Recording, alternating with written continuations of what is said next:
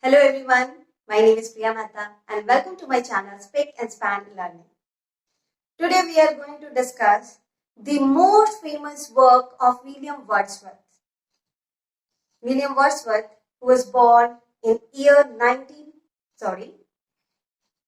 Hello everyone, my name is Priya Mehta and this is my channel Spick and Span Learning. Today we are going to discuss about the most famous work of William Wordsworth. William Wordsworth was born in year 1770. He was also considered as the greatest romantic poet of English literature. He had great affinities with nature and common people. That's why he was the first person to use day-to-day language, common man and common things in poetry. Let's talk about the poem. The poem Daffodils, which is also known as I Wandered Lonely as a Cloud. This poem is not at all imagery, but a real life experience of William Wordsworth. Before talking about, there was a time in Wordsworth's life when he was in melancholy mood because of the death of his brother John. Once he was walking with his sister Dorothy. While walking, he came across a large number of daffodils, golden daffodils. It seemed that they were welcoming this poet, and the sight inspired him to live his life without tension, without worries, and full of liveliness. And this incident only gave him the inspiration to write the wonderful poem Daffodils. Let us start reading the poem. I wandered lonely as a cloud. The first line of first stanza of the poem. This is also heading of this poem. Here the poet says, I wandered lonely. The poet was roaming alone. Actually, he was with his sister, but from inside, he was feeling lonely. And he compares himself to clouds. Why? Because clouds are aimless. They are always floating in the sky from here to there, and they are aimless. They are carefree. They don't care about anything. That floats on high over vales and hills. Vales means valleys. So valley are the deep or low land, and hills are higher lands. So he says that a cloud which is floating every time in the sky, sometimes it floats over the valleys, sometimes over the hills. Similarly, the poet has his life. His life has some ups, some downs, like this vales and valleys. When all at once I saw a crowd, he says, when suddenly, at once means at one time, suddenly he saw a crowd. Crowd means many people together. A host of golden daffodils. That crowd was not of people, but he saw a crowd of daffodils. According to him, daffodils were host for him. Who is a host? A person who welcomes a guest is a host. So the poet says that the daffodils became host for the poet, and suddenly they were in front of him, like that they were welcoming him towards them. Beside the lake, beneath the trees, it tells the position or the place where the daffodils were. So daffodils were beside the lake. He was just walking and there was a lake beside them. There were many daffodils. You remember, this is a crowd. Crowd means many. So there were many daffodils beneath the trees. There were big trees also beneath which these daffodils were fluttering and dancing in the breeze. And what the daffodils were doing? The daffodils were fluttering, means moving, and dancing in the breeze. Breeze is again cool air, which when there is breeze, we feel very gentle. So gentle breeze was flowing and these daffodils were moving in air. They were swaying. So overall in this stanza, the poet describes the daffodils that they were in big number. They were like a crowd. They were welcoming like a host.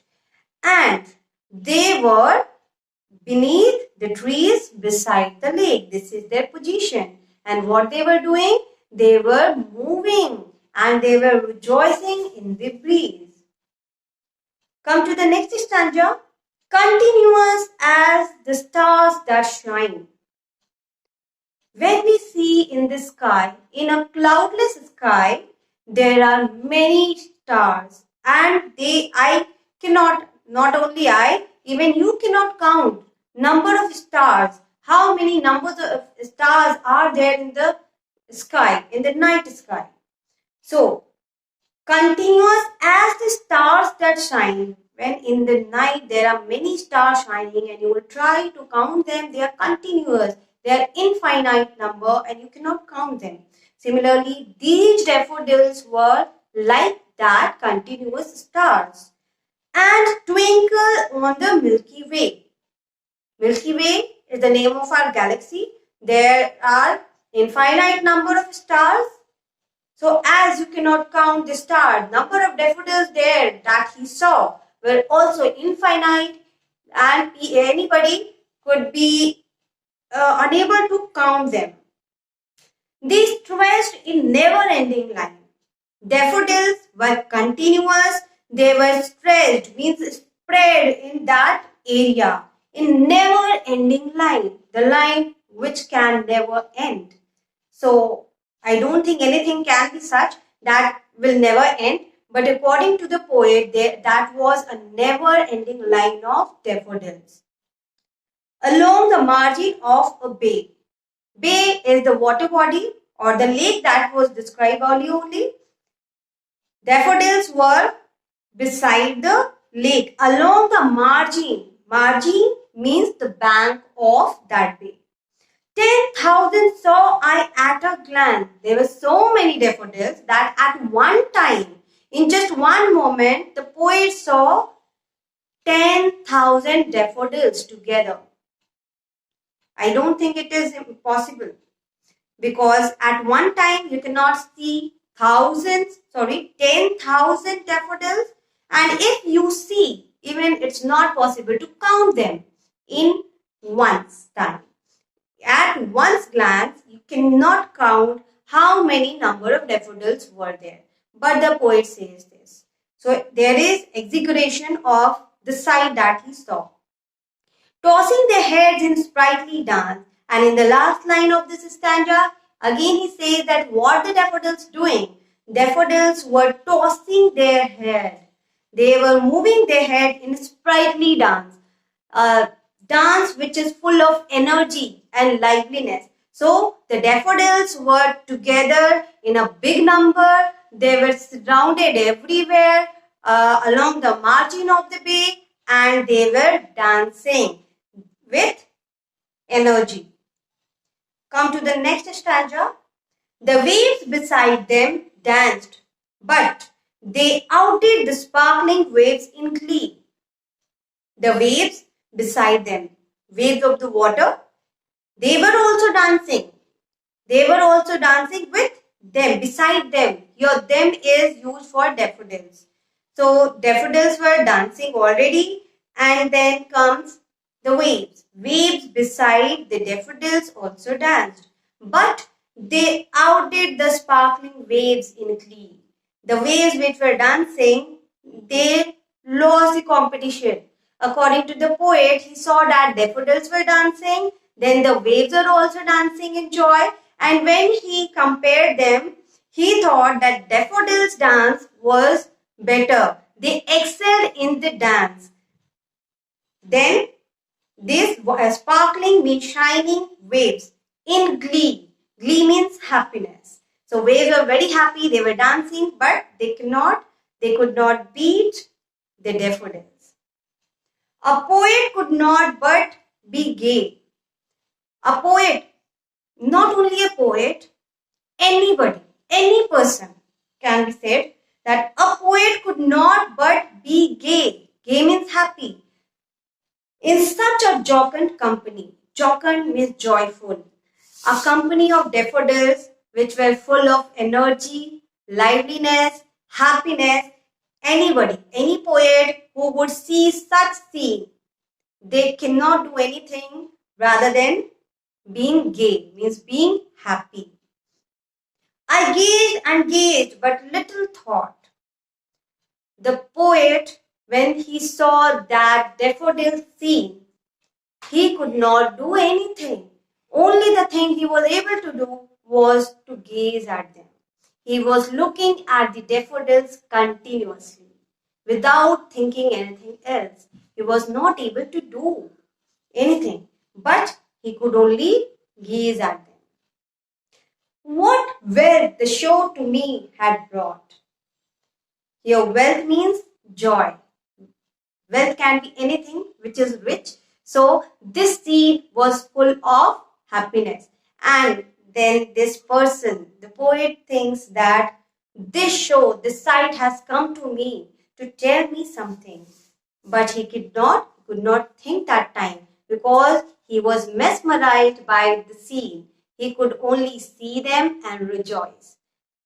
In the last stanza, for oft, when on my couch I lie.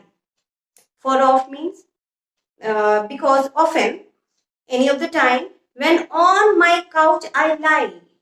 Whenever this poet lies on his couch. This stanza is written after, it is not at the same time. First, second and third stanza talks about the scene that he saw in front of him. But the last stanza talks about the remembrance of that scene. What happens afterward when he went back to his home? And then whenever, it is not only one time, but whenever he lie on his couch, in vacant or in pensive mood, when he is vacant, he is not doing anything, he is just idle, or when he is in pensive mood. Pensive means sad. Either he is lazily sitting on his bed or he is in a sad mood. What happens? They flash upon that inward eye. They, what is they? They means that scene of daffodils. Daffodils flash upon. They come back. Just like we remember something. So they come here in his inward eye. Not in front of his eye. They do not come in front of him. But it comes in his mind. He remembers that scene in his inward eye. And what happens? Which is the bliss of solitude. He remembers, he imagines that the daffodils are again in front of him. That beautiful scene which mesmerized him, comes in front of him again. In his inward eye, not in present. Which is the bliss of solitude. And that scene is called as bliss of solitude. Bliss means joy and blessings. Solitude means loneliness. Means whenever he is lonely or when he is sad, what happens? That scene comes in front of him and again inspires him. And then my heart with pleasure fills. When he remembers that scene, his heart fills with pleasure. All the tension that he had, everything, if he is worrying about something, he forgets all that. And he just remembers how joyfully The daffodils were rejoicing, they were moving their head, they were tossing and dancing sprightly. And dances with the daffodils. And this time his heart also starts dancing with these beautiful daffodils, which are not actually present in front, but they are seen in his inward eyes. Inward eyes can be called as mind's eye, or the eye that is inside our heart. When we remember something, when we dream something, when we imagine something, that comes in our inward eye. So overall, this stanza tells us that whenever the poet is lonely, he remembers that scene which had inspired him to live his life at fullest. And the poet tells us that we all are a part of nature and we should be united with it. After all, we have a deep relation with the nature. We people nowadays don't find time to see nature, to rejoice with them, but ultimately they are the source of joy for us. So here the poem ends. Now we are going to talk about its literary devices. Please understand, literary devices, poetic devices, or figure of speech. All these are same things. So don't be confused. The poem is written in the form of a lyric. Its structure is iambic tetrameter, that is, there are 4 stanzas and each stanza contains 6 lines with the rhyme scheme AB, AB, CC. Mood of the poem is joyful. And now poetic devices of this poem. First one is simile. Stanza 1, line number 1. I wandered lonely as a cloud. Here, I is compared with the cloud, with the word as. In stanza number 2, line number 1, continuous as the stars that shine. Here, stars are compared to daffodils. So, there is also simile. Second one, alliteration. Stanza number 1, line number 2. Here H is repeated in the word high and hills. And in line number 5 of stanza 1, beside and beneath. Here the letter B is repeated. Hence there are alliteration. Third is personification. Stanza number 1, line number 3. I saw as a crowd, and line number 4, a host of golden daffodils. Here daffodils are personified as crowd and host. So there is personification. In stanza number 2, line number 6, tossing their heads in sprightly dance. Here again daffodils are tossing head and dancing. So they are personified.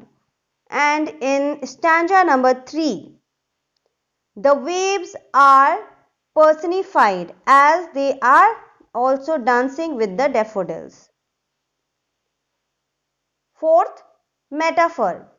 In stanza number 4, line number 3, there is use of inward eye. They flash upon that inward eye. Here inward eye means memory.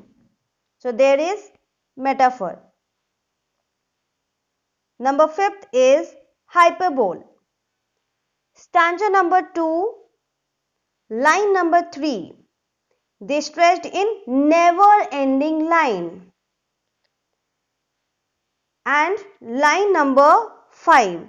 10,000 saw I at a glance. These are example of hyperbole. Number 6. Inversion. Stanza number 2, line number 5. 10,000 saw I at a glance. And in stanza number 4, line number 1, for oft when on my couch I lie. These both are inversion. Inversion means when the sentence is not according to the grammar, that is subject, verb, object, but it is inverted. 7th, repetition. Stanza number 3, line number 5. Here you see, I gazed and gazed but little thought. The word gazed is repeated, hence there is repetition. Here we complete this poem. Subscribe the channel, share this video, and if you actually like this video, then hit the like button. Appreciate, ask queries or advise your ideas in the comment box. Thank you.